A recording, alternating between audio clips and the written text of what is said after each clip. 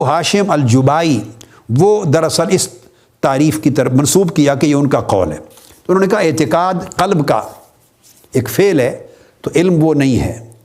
علی ھذا القیاس ابراہیم النظام نے ایک تعریف دی. آگے چل کر یہ امام زاہد الصفار ابو اسحاق البخاری وہ بیان کرتے ہیں، جہاں کنکلوڈ کرتے ہیں کہ تمام تعریفوں کو بیان کر کے اس کے نقائص واضح کر کے اینڈ پر آتے ہیں کہ علم وہ ہے، ایک ایسی صفت ہے، ادراک کی ایک ایسی میچیور اور تصور کی ایک ایسی میچیور اور فائنلائزڈ ایک فارم ہے جہاں خفا لا علمی اس چیز کے بارے میں ختم ہو جائے،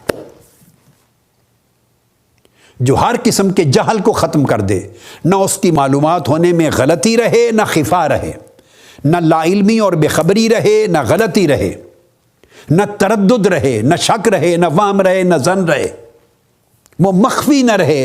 وہ چیز جو ایگزسٹ کرتی ہے اس کے جاننے میں خفا نہ رہے، وہ چیز مخفی نہ رہے.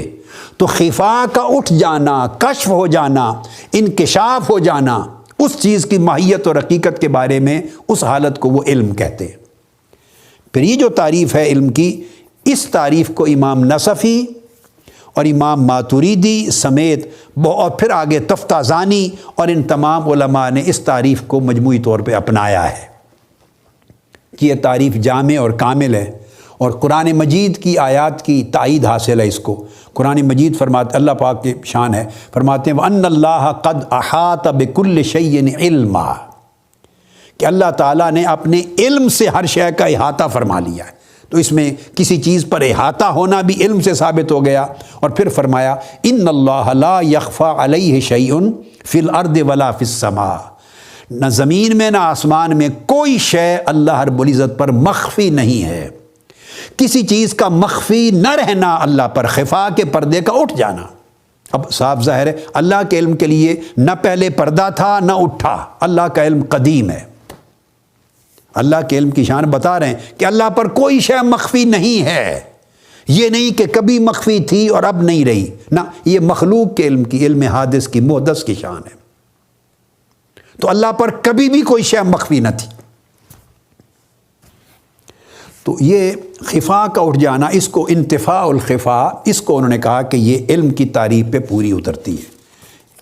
تو یہ میں نے چند چیزیں آپ کو ایسے بعض نوجوانوں کے اور طلباء کے جو علم کے ساتھ شغف رکھتے ہیں اور ان کا شوق پیدا کرنے کے لیے اس لیے کی کہ پہلے ادوار میں علماء اسلام کس حد تک علم میں گہرائی میں گئے اور کس کس چیز کی باریکیوں میں گئے، کتنی بحثوں پر گئے. یہ نہیں ہے کہ آج چھوٹی چھوٹی چیز پر ڈیفرنٹ ڈیفینیشنز آتی ہیں.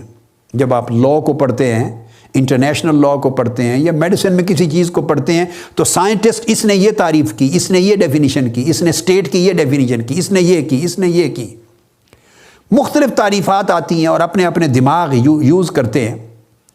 جورسپروڈنس کی کرتے ہیں تو ایک ایک چیز کی تعریف کی جاتی ہے. لاء کی تعریف کی، جرم کی تعریف کی، کرائم کی تعریف کی، سن کی تعریف کی، ہر چیز کی تعریفات ہیں. سوشیالوجی میں آپ چلے جائیں، کسی سبجیکٹ میں. تو مطلب کہنے کا یہ ہے کہ یہ جو آپ آج ویسٹرن نالج میں اتنی باریکی اور گہرائی دیکھتے ہیں، اس کا موجد مغرب نہیں ہے. ایک ایک چیز کی گہرائی تک جانا اور نہایت چھوٹی چھوٹی باریکیوں تک جانا اور ایک ایک پردے کو اٹھا کے تھوڑے تھوڑے فرق کے ساتھ تعریفات کرنا، تقسیمات کرنا. نالج کا یہ جو ایپٹیچیوڈ ہے یہ ویسٹ میں پیدا نہیں ہوا، یہ اسلام کی تاریخ میں پیدا ہوا ہے. یہ سمجھانا چاہتا ہوں.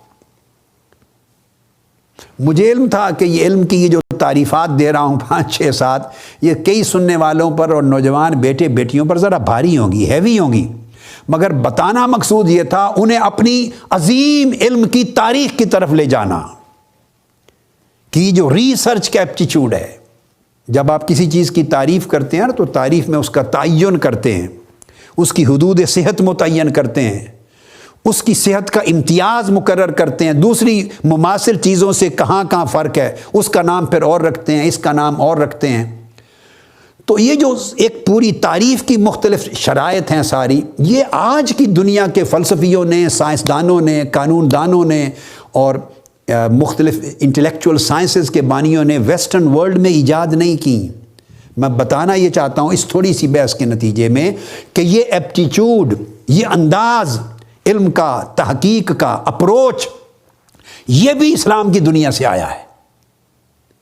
یعنی پوری دنیا کو مشرق سے مغرب تک علم کا اور تحقیق کا کلچر بھی مسلمانوں کی پہلی صدیوں نے دیا ہے۔